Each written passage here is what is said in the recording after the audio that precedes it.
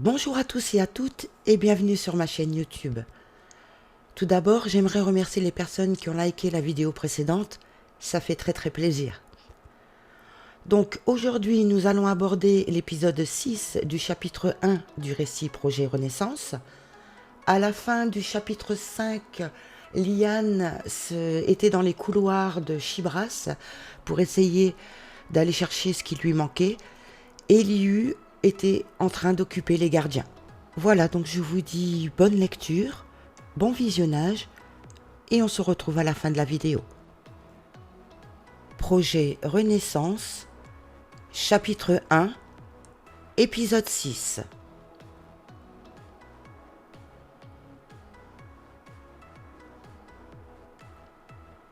Il se rapprocha du mur, près d'un meuble, et fit mine de regarder au plus près la sculpture qui était posée.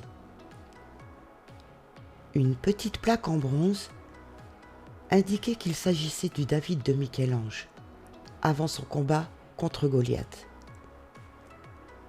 Liane voulait cacher du mieux qu'il pouvait les gestes qu'il allait faire.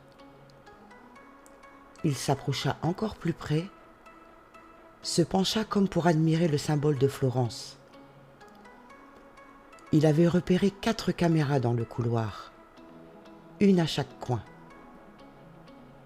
Il tournait le dos à 2 d'entre elles déjà et espérait que la position qu'il venait de prendre empêchait les 2 autres de filmer ses mains.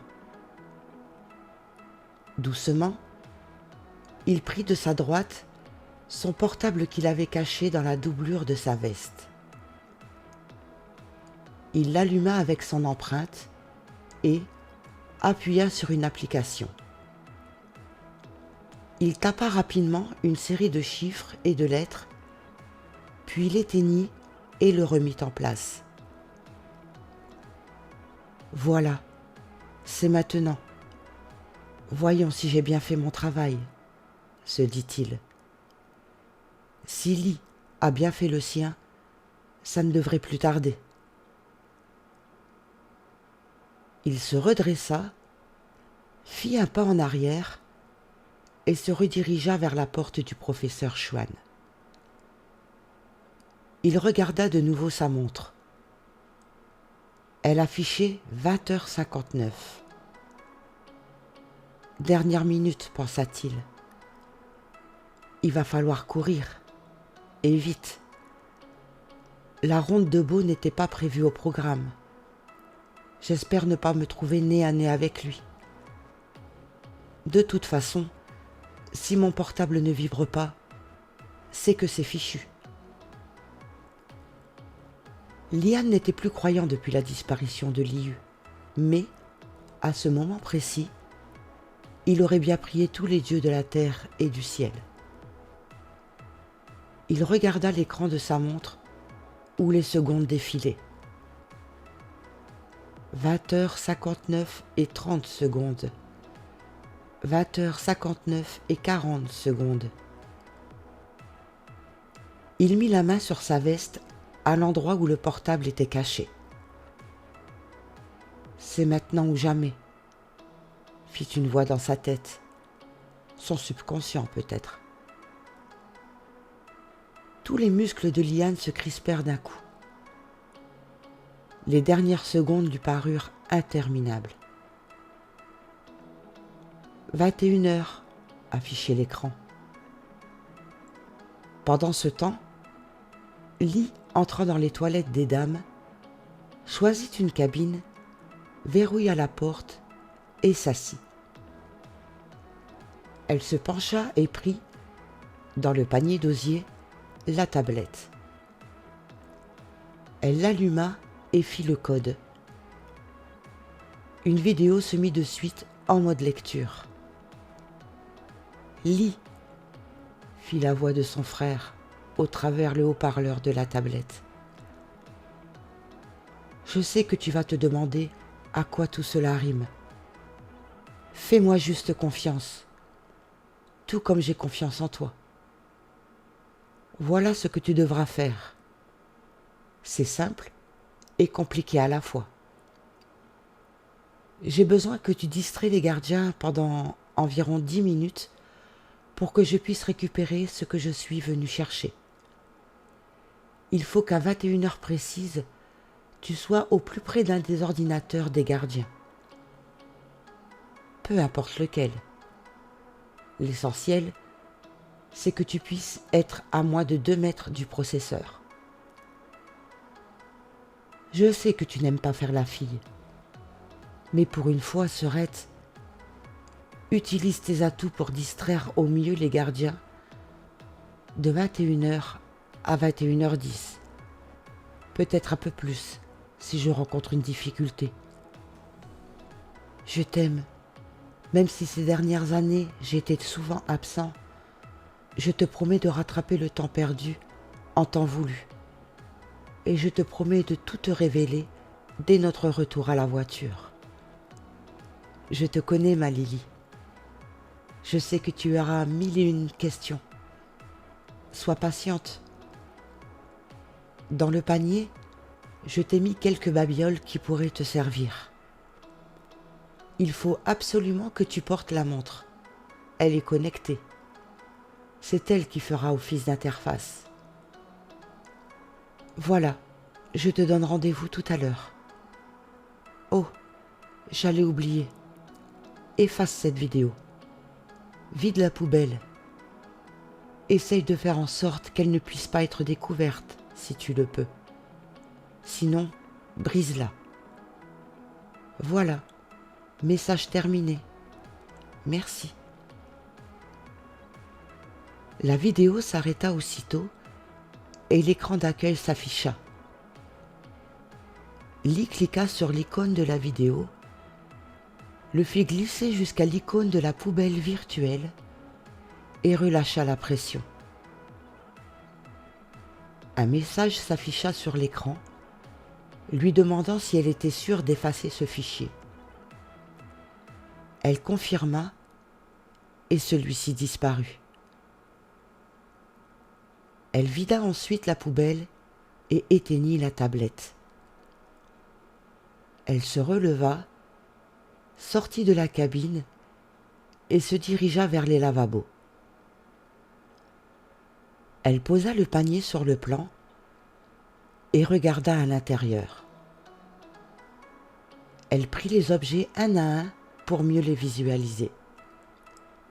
Une palette de maquillage, un parfum, une montre, un châle en soie, un baume du tigre blanc, un étui à lunettes vide, des cigarettes et un briquet composaient le panier. Le maquillage, ok. Le parfum, idem. La montre au poignet, fit-elle à elle-même en mettant la montre à son poignet. Mais le châle, je ne sais pas à quoi il va me servir. Et Liane sait très bien que je ne fume pas.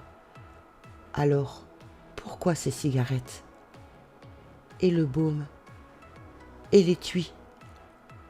Bon, je verrai ça en temps voulu.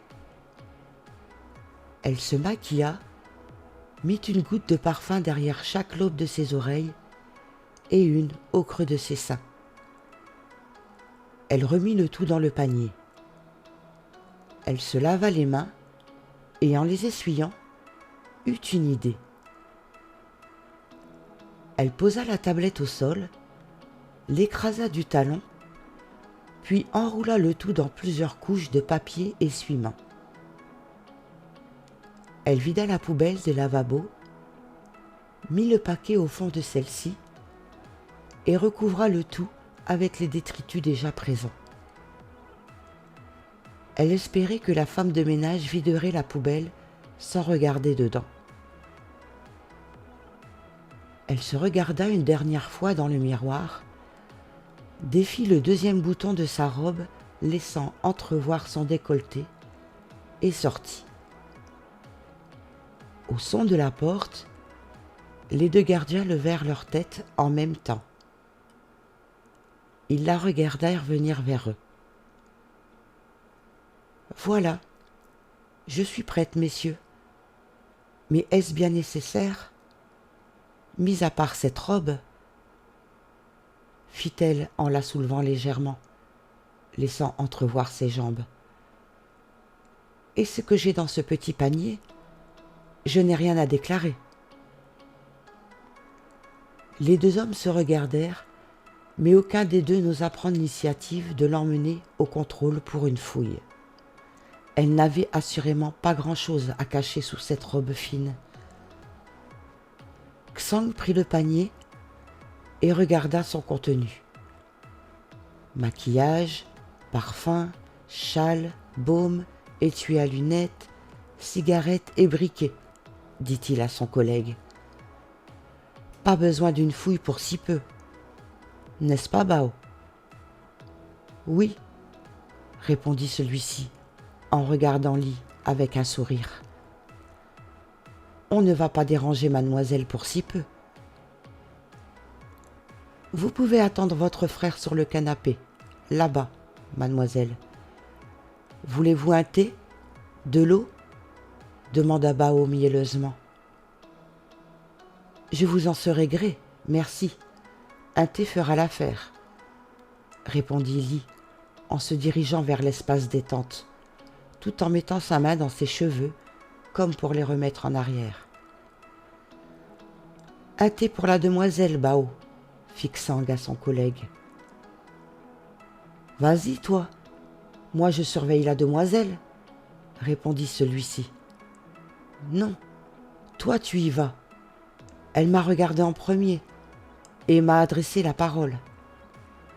De toute façon, t'es marié, toi, fit Xang en fixant son collègue comme pour lui signaler qu'il devait y aller.